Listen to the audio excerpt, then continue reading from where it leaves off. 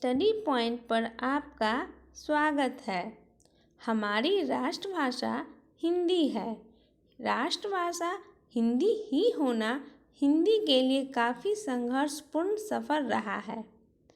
आइए हम राष्ट्रभाषा हिंदी के बारे में जानें। स्वतंत्रता प्राप्ति से पूर्व, स्वतंत्रता प्राप्ति के पश्चात हिंदी की विशेषताएं, राष्ट्रभाषा के पद पर आसीन होना, कुछ बाधाएं, उनके कारण, उपसंहार। भारतवर्ष की पवित्र भूमि अंग्रेजों से पदाक्रांत थी।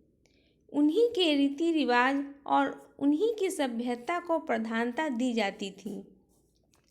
अंग्रेजी पढ़ने, बोलने और लिखने में भारतीय गौरव का अनुभव करते थे। राज के समस्त कार्यों की भाषा अंग्रेजी ही थी। न्यायालयों के निर्णय, दफ्तरों की कागजी कार्यवाही, विश्वविद्यालयों की शिक्षा, शासकीय आज्ञाएं, सभी कुछ अंग्रेजी में होता था।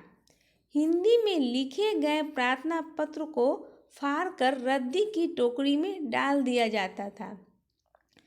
भारतीय विवश होकर अच्छी नौकरी एवं शासन के मान की लालसा में अंग्रेजी पढ़ते थे। संस्कृत को तो मृत भाषा की उपाधि प्रदान कर दी गई थी। परंतु देश के भाग्य बदला। भारतीय साधकों की साधनाएं फलवती हुई। 15 अगस्त सन 47 को देश को स्वाधीनता प्राप्त हुई। जब तक देश में अंग्रेज थे तब तक अंग्रेजी का स्ववश या परवश आदर होता था। परंतु उनके जाने के पश्चात यह नितांत असंभव था कि देश की सारे राजकाज अंग्रेजी में हो। अतः जब देश का संविधान बनने लगा तब प्रश्न यह उपस्थित हुआ कि देश की राष्ट्रभाषा कौन सी हो, क्योंकि बिना राष्ट्रभाषा के कोई भी देश स्वतंत्र होने का दावा नहीं कर सकता। राष्ट्रभाषा समूचे राष्ट्र की आत्मा को शक्ति संपन्न बनाती है।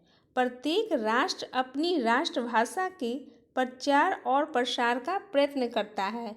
रूस, जापान, अमेरिका, ब्रिटेन आदि स्वतंत्र देशों में अपनी अपनी राष्ट्रभाषाएं हैं। राष्ट्रभाषा से देश के स्वतंत्र अस्तित्व की रक्षा होती है। संविधान निर्माण काल में कुछ ऐसे भी व्यक्ति थे अंग्रेजी को ही राष्ट्रभाषा बनाए रखने के पक्ष में थे।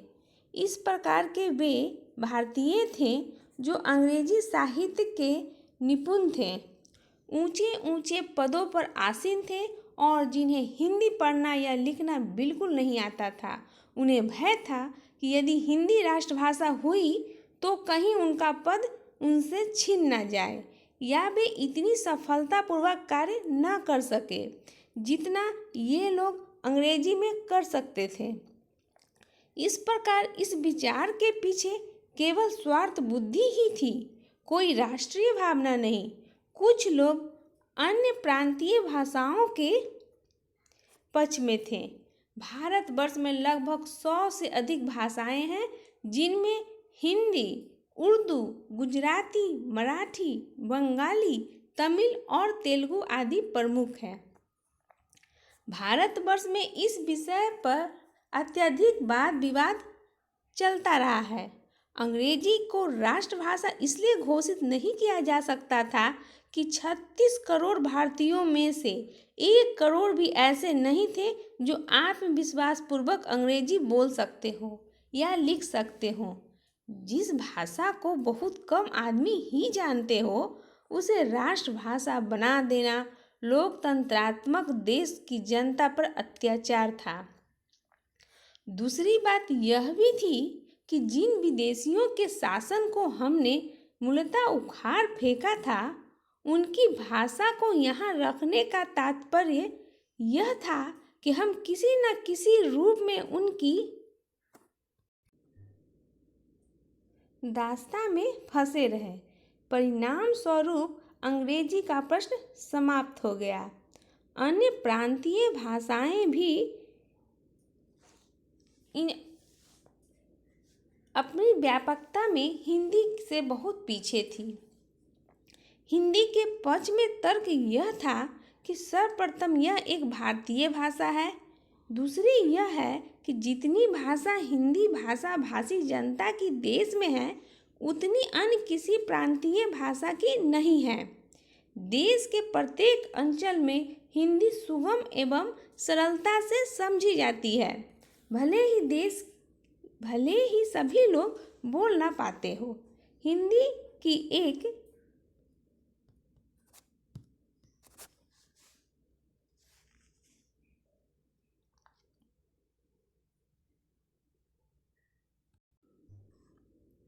विशेषता यह है कि इसकी लिपि वैज्ञानिक है और सुबोध है, जैसी बोली जाती है वैसी लिखी जाती है।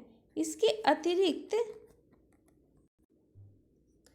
सबसे महत्वपूर्ण विशेषता यह है कि इसमें राजनैतिक, धार्मिक, सांस्कृतिक तथा शैक्षणिक सभी प्रकार के कार्य व्यवहारों के संचालन की पूर्ण क्षमता है।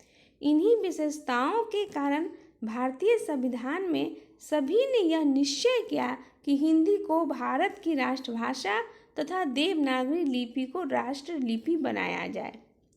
हिंदी राष्ट्रभाषा उद्घोषित हो जाने पर भी एकदम उसका प्रयोग में आ जाना कठिन था, अतः राजकीय कर्मचारियों को यह सुविधा प्रदान की गई कि सन 1965 तक केंद्रीय शासन का कार्य व्यवहारिक अंग्रेजी में ही चलता रहे। इसी बीच में सरकारी कर्मचारी भी हिंदी सीख लें। शिक्षा के क्षेत्र में अनिवार्य विषय बना दिया गया, जिसमें 1965 में हिंदी अंग्रेजी का स्थान पूर्ण रूप से ग्रहण कर लें। कुछ लोगों का विचार है कि हिंदी के प्रभाव से धीरे धीरे प्रादेशिक भाषाएं समाप्त हो जाएगी। कोई भी प्रदेशवासी अपनी भाषा को छोड़ना नहीं पसंद कर सकता, परंतु यह धारणा भी भ्रांतिमूलक है। केंद्रीय सरकार ने राज्य सरकारों को यह सुविधा प्रदान की है कि वे अपने राज्य का कार्य अपनी प्रादेशिक भाषाओं में कर सकती है। बंगाल में बंगला, पंजाब में पंजाबी तथा मद्रास में तमिल राज्य भाषा घोषित की जा चुकी है। इस प्रकार अन्य प्रदेशों में भी प्रांतीय भाषाओं को राजभाषा घोषित की जा चुकी है। इस प्रकार अन्य प्रदेशों में भी भारतीय भाषाओं को राजभाषा बना दिया गया है। प्रांतीय भाषाएं समृद्धशालिनी हो, इसमें न केंद्रीय सरकार को कोई आपत्ति है और न किसी अन्य व्यक्ति को ही। हिंदी केवल केंद्रीय सरकार की राजभाषा होगी। प्रांतीय सरकार अन्य प्रांतों की सरकारों से या केंद्रीय सरकारों से पत्र व्यवहार हिंदी में करेंगी।